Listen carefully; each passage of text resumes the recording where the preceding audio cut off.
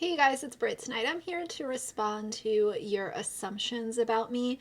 I collected these over on my community tab and I figured that it would be a little bit of a different video to film instead of just doing a Q&A because I've done Q&As before and those are great, but I figured that this would be a little different. So if you're interested, please keep watching.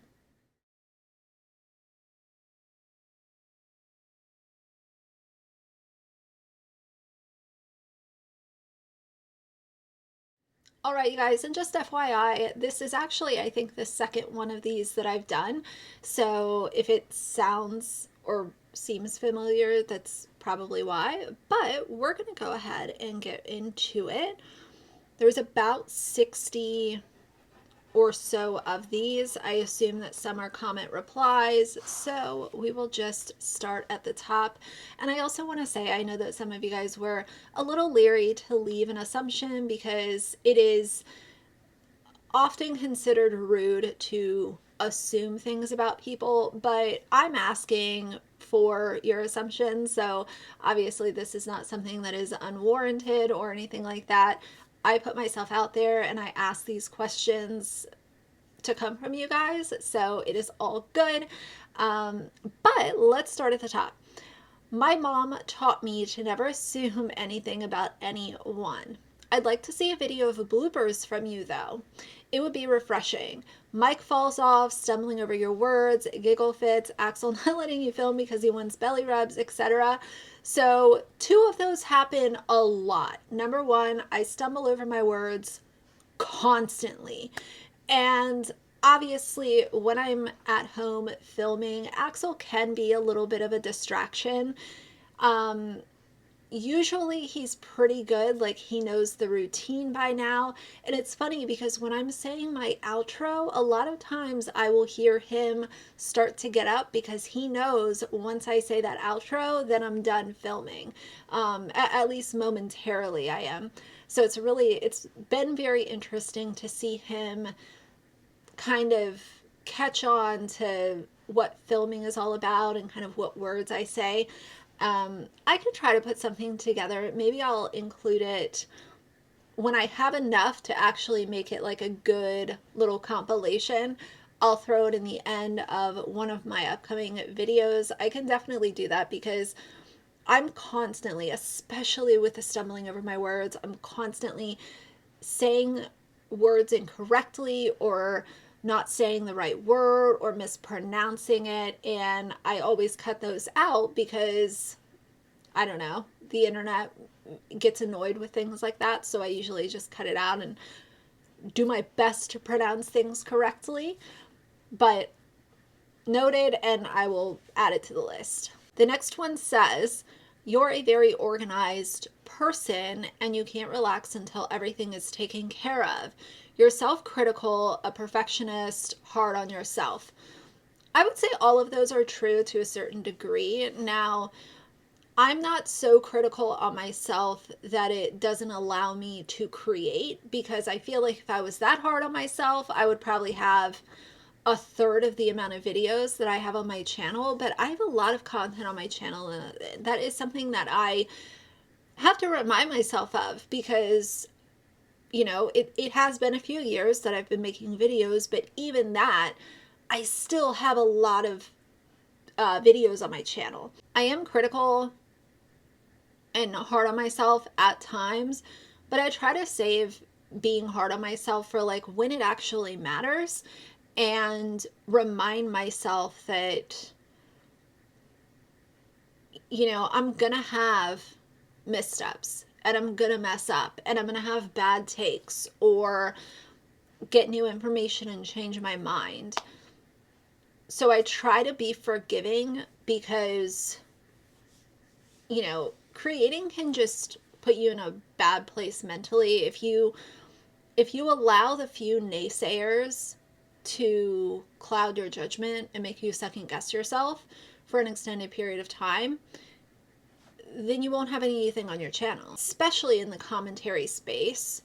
Part of making content is recognizing that things aren't perfect. Like, I'm gonna get stuff wrong once in a while, or change my mind because I've been educated on something. And I think that's also kind of the beauty of commentary, is being able to change your mind on things because you have educated yourself on something that you might have not known a whole lot about previously. And as far as being organized, yes, I'm very organized, always have been since I can remember. Even growing up, my dad instilled in me at a very young age that, you know, like your toys in your bedroom and, you know, your dolls and whatever else, if you want to be able to find things, then they should be put away at the end of the day. And he is not, like, my dad is not like a neat freak or anything like that, but he is also very organized. And if I went to his house right now and asked him for a specific document or a specific photo, he would be able to find it because he knows where stuff is in his house, and he passed that on to me, and it's worked for me. I'm not so organized that I drive myself nuts or make life hell for anyone who is in my space, but I think that being organized can definitely be a good thing. And at work, I know people will like walk by my desk and be like, "Oh my God, you're so organized. Like everything's put away, everything has its place." But that's just how I operate best, I guess. Okay, next is I don't like to make assumptions about anyone. However, I do feel you are a beautiful, strong, and caring woman who is about justice and protecting children, and you don't take any crap. God has you who you are and where you're meant to be at this time. I feel like I'm passionate in the right areas, and there are certain things that I just come across, especially on social media, that really tick me off. And I think that I am passionate about certain things, children being one of them, you know, obviously animals, and just seeing these people build these huge empires by being awful individuals pisses me off some days. And even though I'm not personally invested in any of the things that I cover on my channel, I still feel like, and this might be an assumption about me, about myself, but I feel like when I deliver videos, you guys can tell like the things that I'm just simply sharing an opinion about versus the things that I am like truly passionate and upset about. But I also try to walk the line, and despite the fact that I've been labeled a bully, a mean girl, a Karen, all of the above, I think a lot of that comes down to being the tone police and tone policing the way that I speak, the way that I say sentences, the things that I talk about. And yeah, if I'm passionate about something, I'm going to say it with a straight face and a straight tone. I'm not here to, you know, be the class clown or, you know, try to do comedy as a way to deliver my commentary. That's just not what I'm here for. Everyone has their own journey, but if I'm here to talk about something that is serious and I want people's attention, I'm going to say it with a straight face and deliver the facts, and we're going to talk about it. And that's just who I am. Some people like it, some people don't, and it is all good. Next, you're very good at disconnecting from all the news and content you have to read, watch. Absolutely.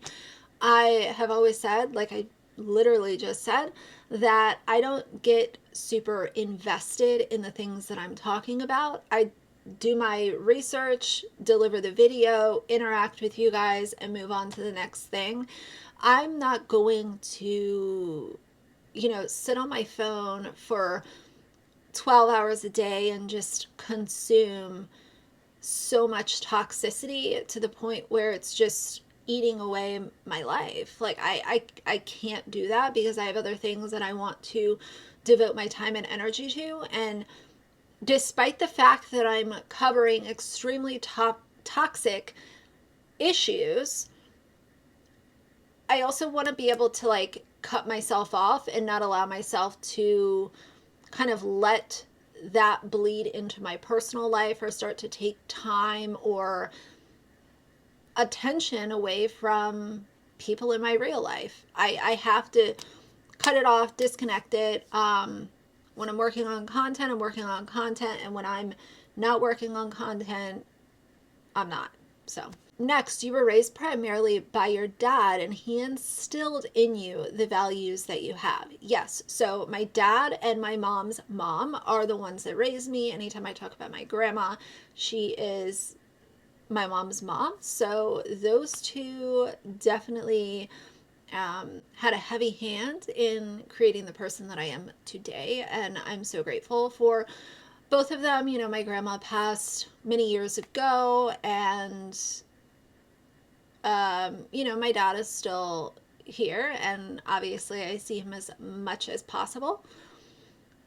The end goal is to have him live with us, and it would be a really good thing. And I'm very close with my dad, and I hope that I can make that happen at some point in time, because that is, like, if I had my like picture perfect situation, my dad would be living with us, and we'd just be a little happy family, and that would be the way that it is. So that is hopefully at some point going to become a reality. Next one is you are intelligent, understanding, and compassionate. You have a good heart and have good takes on the world we live in.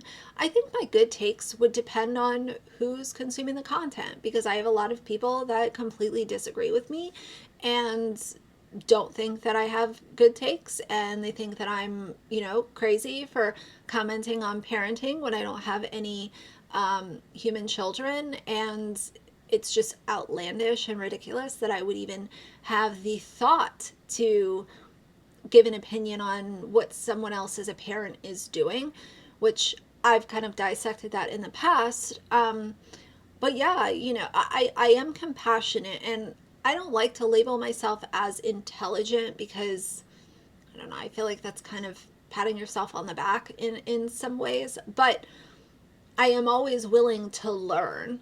And the things that I do know, I can speak about with confidence. And the things I'm a little unsure about or need to know more, I am all ears. And I'm not here to say, you know, I know every single thing about everything. I know a lot about some things. Other things I don't know much about. And I'm always here to have a conversation with anyone who wants to educate me or try to get me to see things from maybe a different seat. Aside from the people who call me a crazy Karen and think that I'm just a psychopath for even doing videos. All right, this is a little bit of a longer one, but it says, I don't really have any assumptions about you. I form my impressions and or opinions on a given person based on first-hand experiences, observations, and consistency. Obviously, you and I have never interacted one-on-one in person, so I'm not able to use that particular experience as a reference. However, I have watched enough of your videos over the course of 2 or 3 years now, and you have demonstrated consistency with specific traits throughout the years. In fact, you happen to be so consistent with certain traits. In the dictionary, next to the word consistent should be a picture of you. Haha. These traits include honesty, loyalty, decency, hard work ethic, respect, and integrity. I could go on, but you get the point. In short, you're a very good person with a great deal of self-respect and integrity. That means so much to me, because I always have a hard time I always want to make sure that I'm understood to the best of my ability. And sometimes that's tough to do through video. Believe it or not, it is tough to make sure that what you're meaning, like the way you're meaning to come across, is the way that you're coming across through someone's computer screen or their phone screen on the other side of the world. And I have really tried my best to remain consistent, and some of my opinions, some, not all, but there are some that I'm pretty rock solid on. And it's stuff that most of us will always agree on. But like I said, those things that I'm a little unsure about, I'm open ears. I'm here to have a conversation. I'm here to listen. But sometimes being sure of certain things will give people the leeway to purposefully misunderstand you and purposefully misinterpret what you're saying or what you're trying to say or what the given message is. And that can be a little bit frustrating. But a long time ago, I made a video. I don't know what the title was. It was a car vlog.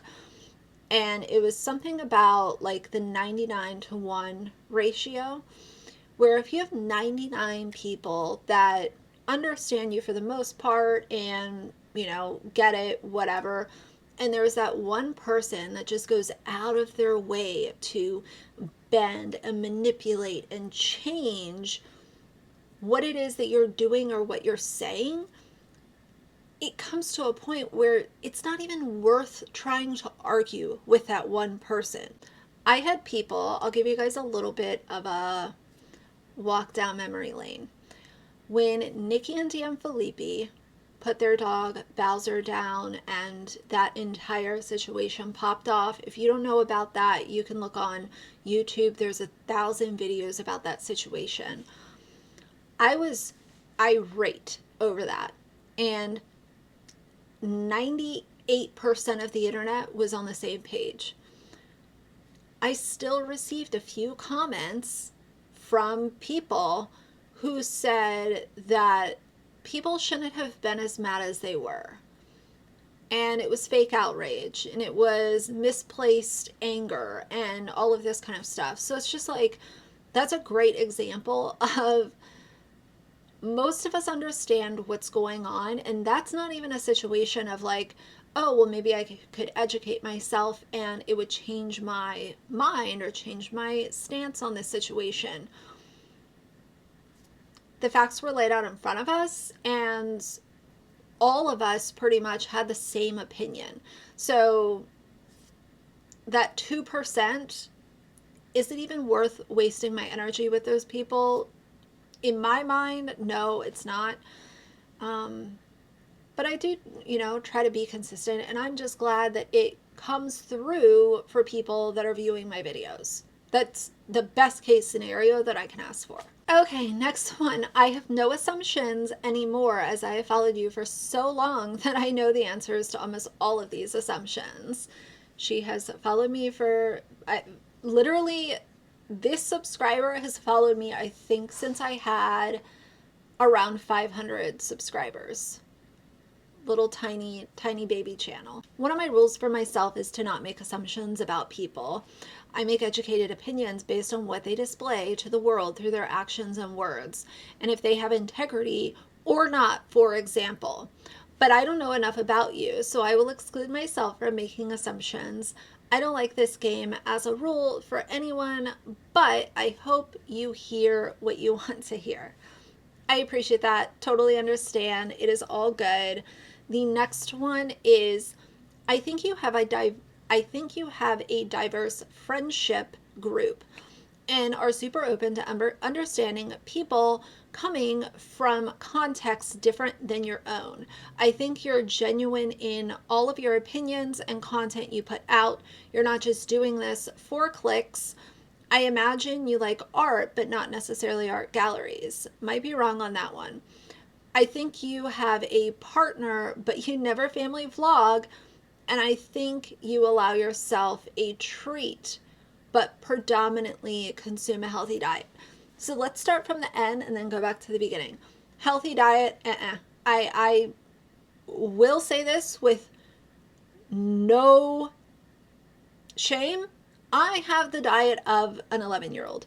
My diet is absolutely terrible. I drink sodas, I eat fried food, I eat ice cream, I will eat cereal for dinner. The only thing I don't consume a lot of are like cupcakes, cakes, and chocolate. Like, I can stay away from that. I'm good. But as far as everything else, like I don't follow a diet. I know that's awfully terrible of me, but I'm also not a diet channel. So don't take advice from me. Don't be like me. Um, the previous one is, I think you have a partner, but you never family vlog. Absolutely. There is not a single day that I would even consider, like, even if down the road there was a child involved or children, like there's just no way. No way. You like art, but not art galleries. Art galleries, I'm going to be really honest. Art galleries are so boring. I love a museum. I don't like an art gallery because I just think that it's boring. I don't know. I don't want to go and look at like a painting that's 200 years old and just kind of stare at it. I'd rather look at that online. And if I'm going to go in person to a place that has like an exhibit, I'm going to go to a museum, something where I can learn about history or, I don't know, architecture, something. Like, I need something more than just staring at art to be entertained. And as far as genuine in opinions and not doing videos for clicks, no, now I have to be transparent, as I always am. Do I like when people watch my videos? Yeah, I do, because I put a lot of work, time, and energy into my YouTube channel. I like to see people finding my channel, interacting with the video, watching it, all of that good jazz, because it makes me feel like my message is getting out there to people outside of my normal subscribers, and that feels good. It's a rewarding feeling. But as far as strictly making content just for clicks, no, absolutely not. And if I was, then I would have taken my channel a completely different route, and I would have just,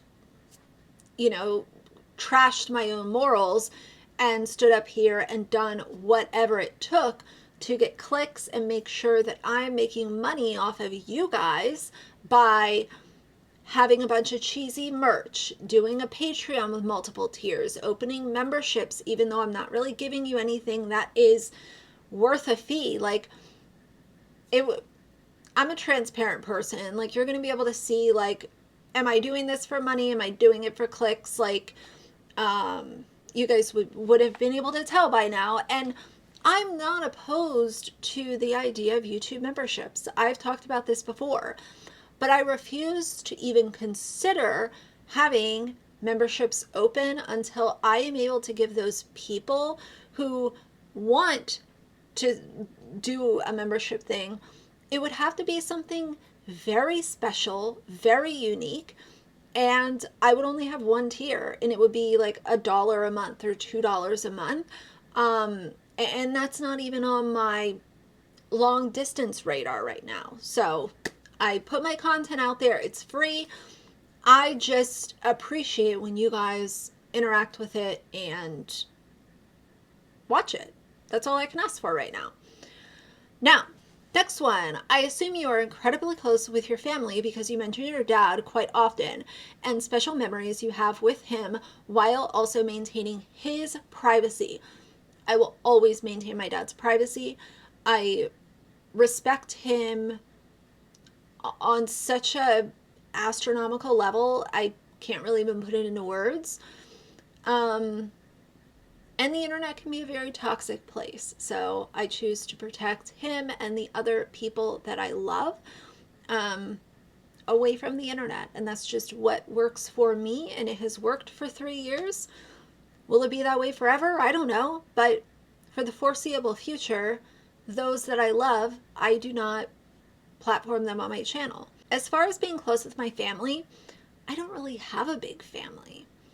I've always had a very small family, and once my grandparents passed away, there's only a few of us. So it's not, I don't come from a really big family, which I actually really like, because the idea of those family reunions where it's like 125 people, give me anxiety. I would not want anything to do with that personally. But yeah, I am very, very close with him. And like I said, I cannot wait. I really hope that my dream can become a reality so that he is residing under the same roof with us and we can make new memories. And I'm excited for that. I'm hopeful and I hope that it will happen one day. Okay, next one is not an assumption, just guesses. Guessing your circle of friends is diverse. Also guessing you're pretty good at setting boundaries and appreciate a wide range of music. I'm actually very specific with the music that I like. I am I like a lot of artists, but I don't like a lot of genres, if that makes sense. Can't stand country music. I don't like jazz. I don't really care too much for classic rock. I don't care for metal. Yeah, like it's pretty much hip hop, R&B, rap, alternative. Like I like 90s, like the alternative grunge. But I'm kind of picky when it comes to that. Setting boundaries, absolutely, but within reason, because I don't ever want to just be like annoying to be around for the people in my life. So I try to be sane and reasonable when setting boundaries, but I definitely do have them. And as far as my circle of friends being diverse, my circle is small, but it is diverse considering how small it is, if that makes sense. Next is not to make you sad, but sometimes I see pain when I look at you. Maybe childhood thing, I don't know. You're strong as hell and don't take any shiz, but inside you're a mush for animals. Maybe I'm just an old lady who sees things. I love your videos. Yeah, I mean, we all carry pain. And I definitely have a lot that I carry and things that I haven't shared with the internet, and I will never share with the internet simply because unfortunately sharing certain things with the internet, it's not always a safe place to share everything. And, yeah, there are things in my childhood, there are things in my teenage years, there are things in the past 15 years. And it's nothing super traumatic, but yeah, we all carry pain. And, I talked few years ago, I mentioned therapy, and I'm a big advocate for therapy and making sure that you have somebody that you can talk to that is a safe place and is qualified to help you through like dealing with these things. Like, oh wow, that happened 17 years ago, but I didn't really unpack that. Like, having somebody to help you through that is vital and it's life-changing. And yeah, of course I'm a mush for animals forever. Since I was a literal child, absolutely. Next is, I assume you have at least one close friend from both childhood and high school. You're the friend that drives them insane with how honest you are, but they love you for it. I have a close friend from right after high school. And I've talked about my high school experience before, so I won't make this video all about high school. But high school was not a good time for me. And I think a lot of people can relate to that. High school was not it for me. It was not fun. I couldn't wait to get the hell out of there. And I ended up gaining a couple of very good friends immediately after high school. And it was imperative to me to find those friends when I did, simply because it was such a pivotal time in my life, like right after high school, and to be able to experience everything that I have over the past 10, 15 years with these people is like the value is immeasurable. Okay, next is just for fun. I feel like you have a type A personality, career driven, and the books type of person, organized and precise. So I talked about the organization thing earlier. As far as having a type A personality, I don't consider myself to have a type A personality, but there are certain things in my life where I know how I like them, and that's just kind of what works best for me. But I'm also I'm not like a tyrant about it. Yeah, I like things a certain way, but I'm not gonna, you know, go off the deep end if something doesn't go my way, if that makes sense. And yes, very organized, all of that. As far as being career driven, yes, but within reason. Because I feel like the hustle culture side of things can take over real quick. And if you're too career driven, then you're going to blink and half your life is, gone. And what have you done? Focused on your career way too much. So I try to balance it and try to balance it, keep stress low, keep everyone in my life happy, and it works out.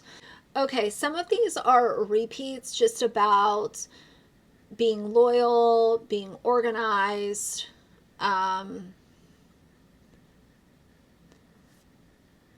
said you would go bowling more often if you could wear cute shoes. I actually hate bowling. I have been like several times, but I just never really cared too much for it. Someone said, I assume you went to college and took 6 pages of detailed, highlighted bullet point notes while everyone else slept. I did not ever go to college. I decided in high school that college was just not for me.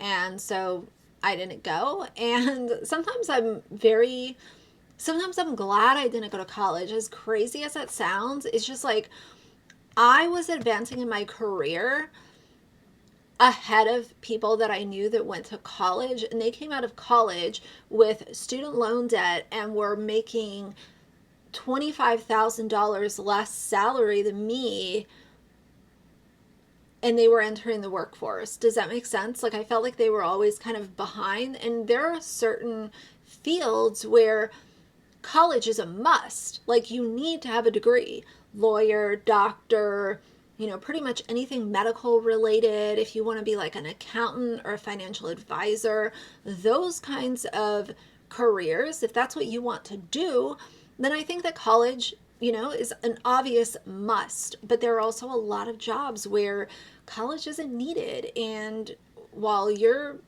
earning a degree and a student loan for 4 years, you could have been in the workforce with 4 years experience and had a decent salary while you were working on your degree. Does that make sense? I'm not giving out any advice. I'm just saying kind of what my mindset was and what I saw around me. Okay, you are the most put together person that I know. I want to be you when I grow up, Britt, and I'm older than you. I appreciate, like, when you guys say stuff like that to me, I do appreciate it, because I do try to make myself presentable when I'm doing videos, but I also don't put too much effort into it because I never wanted to come on with so much makeup and, something that wasn't me. If y'all saw me in a store, like, this is what I would be wearing. This is exactly like what my makeup would look like. This is what my hair would look like. I don't know. I don't like to be overdone. I'm not going to get overdone for YouTube. So the fact that I'm doing exactly what I do in my normal day-to-day life, and anyone says that I'm put together, is a massive compliment. So thank you. And the next person said, you won't get on the dance floor unless you've had a drink or two. I know that's what it takes for me anyway.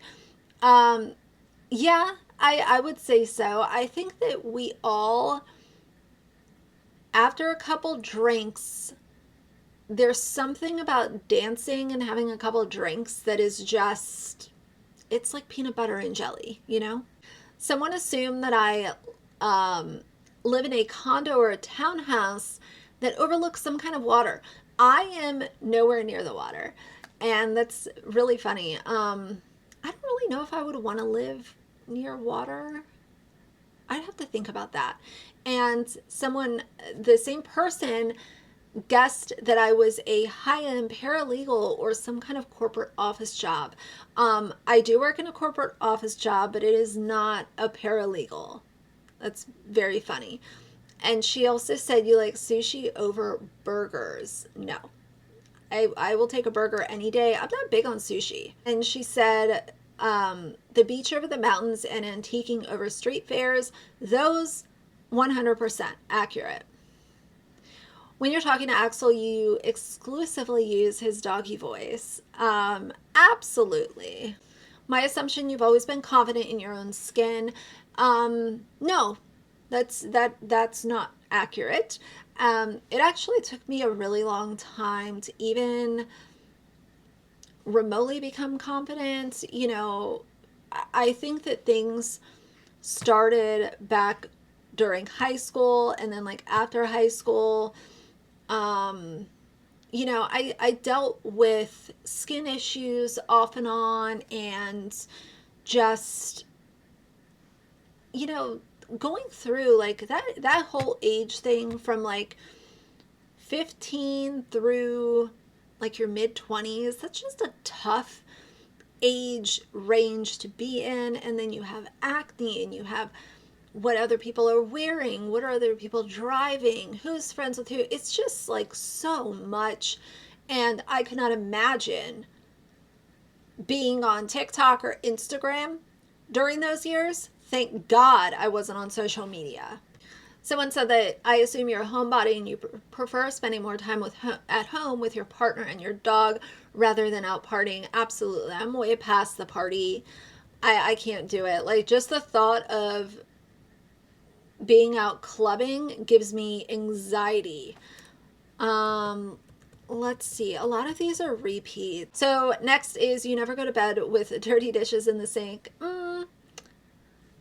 There's an attempt, if you know what I mean. Someone guessed that I work at Mac. I used to work at Mac. No more.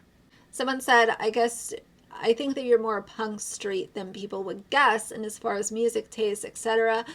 Not really, but I there's an appreciation. Like, I have an appreciation for a lot of things, even if I'm not like a full-blown fan. I can still, like, I have an appreciation for a lot of things, if that makes sense. You prefer gin over vodka? Absolutely. I love a good gin and tonic with extra lime. Sometimes you check out and eat junk food and watch old movies and forget about the world. Absolutely, but that's not like an occasion. That's like a lot. You weren't considered popular in high school, but you didn't care because popularity is so overrated and overwhelming anyway. No, I was not popular at all in high school, but, you know, I did care, because I think at that age, it's hard to truly not care. Like, when you take like a 14 or 15-year-old kid and you think that they don't care about something, do they actually not care? Now, later on, I realized how stupid it is to care about who's popular in high school. Who cares? Who cares about these people? You're not going to see most of them anyway. None of this is going to matter. But it's really tough to actually get in that mindset when you're so young and so impressionable, and you have so many emotions and stress and schoolwork and passing and failing and everything combined. Someone said you eat clean. I definitely don't. So someone said you leave, I think this might be like a trolley comment, but I'm going to answer it anyway. Someone said you leave a theater if kids were seeing the same movie as you, which is extremely stupid. No. You refuse to use public restrooms. Where, if you don't use public restrooms, like, what are you doing? I mean, I don't want to go into that conversation, but who doesn't use public restrooms? Who? And the last is, you think you have everyone fooled. I don't even know what that means. So moving on. You're introverted, my assumption, absolutely. You're afraid of snakes, absolutely. You sleep in the bed with Axel. Axel sleeps in the bed every single night. Like, we upgraded our bed so that he would have more room. We went from a queen to a king. I think he was less than a year old. He might have been around 6, 7 months old. We got a bigger bed to accommodate him. You're not a cat person. There was this thing I saw where somebody said, oh, well, you hate cats because you just don't seem like a cat person or something like that. No, that's not true. Like, just because I don't own an animal doesn't mean that I hate it. I am not somebody who is going to go out and get a cat because I don't want to own a cat. But if a cat showed up on my doorstep or was injured, yeah, like I would absolutely help a cat. Like, I'm not going to deny care to an animal just because I don't want to own it. Does that make sense? People are so funny online. And the last one is, you're obsessed with Jessica Kent. And I replied to this person, but to answer the question, obviously, like, what an ignorant thing to say. This goes back to literally the same thing that I have talked about so many times on my channel.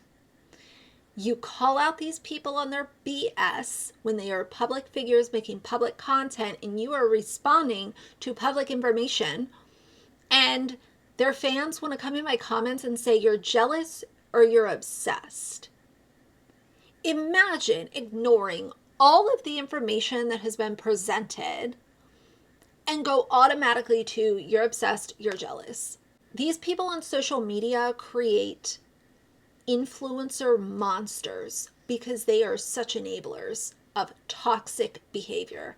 And then you have smaller YouTubers or people on TikTok who come out and say, you know what, I was a fan of this person, but I don't really like what I'm seeing, and this is what I saw, so let's talk about it. And if you feel the same way, then chime in, and if you don't, that's fine too, chime in.